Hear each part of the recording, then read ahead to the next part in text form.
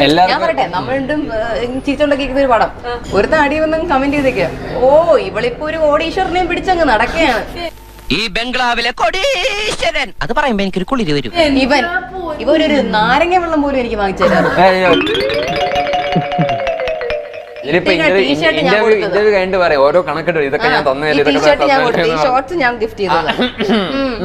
ആരും പണിയൊന്നും കൊടുക്കാത്തോണ്ട് എന്റെ കൂടെ കൂടിയിരിക്കാം, വല്ലതും തിന്നും കഴിച്ചു പോക്കട്ടെ ഞാനും വിചാരിച്ചു. ഇനി ഇവനെ എപ്പോ കളഞ്ഞിട്ട് അടുത്ത കോടീശ്വരനെ പിടിക്കും ഇതൊക്കെയാണ് ചോദിച്ചോണ്ടിരിക്കുന്നത്. നീയാണോ? അതെ ഞാനാണ്. എനിക്ക് എന്റെ സാധനങ്ങൾ എന്റേതാണ്, വേറെ തുടർന്നൊന്നും എനിക്ക് ഇഷ്ടം. നമുക്ക് അങ്ങനെയൊന്നുമില്ല, നമുക്ക് ആൾക്കാർക്ക് ആവശ്യമുണ്ട് നമുക്ക് കൊടുക്കണം. ഞാനൊരു വലിയ സംഭവം അല്ലേ? വേറെ ആരും ഇല്ലെങ്കിൽ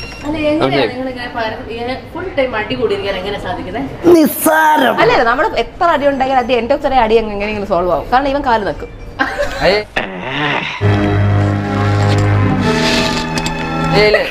എന്റെ കാലിങ്ങനെ തലയിൽ വെക്കുക, പക്ഷെ ഒന്ന് പ്ലീസറാ ഒന്ന് കാലം പിടിക്കടാ.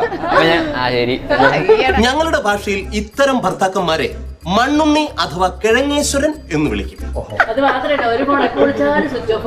അല്ലെ ആക്ച്വലി 3 ഫോൺ സ്വിച്ച് ഓഫ്, രാത്രി ആകുമ്പോൾ ഇവര് സ്വിച്ച് ഓഫ് ചെയ്തിട്ടാണ് ഉറങ്ങുന്നത്. അതെന്താ? ഞാൻ 10 മണിക്ക് ശേഷം എന്റെ ഫോൺ സ്വിച്ച് ഓഫ് ആണ്.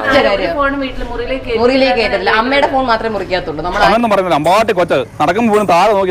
ഉറങ്ങാനും പറ്റൂല.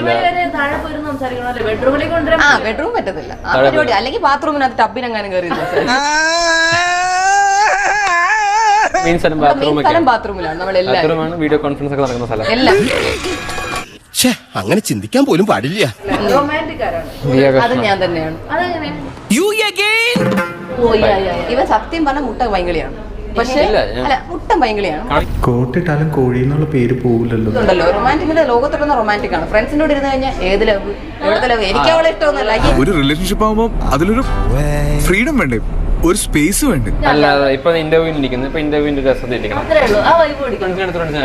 അടുത്ത് പോയിരുന്നു എനിക്ക് പ്രണയം അളിയാ വലുതെന്ന് പറഞ്ഞിട്ട് കാര്യമൊന്നുമില്ല. നീ എന്തിനാ ചൂടാവണ? നിനക്ക് ബ്രേക്കപ്പ് അല്ലേ വേണ്ട? ഞാൻ ബ്രേക്കപ്പ് തരാം.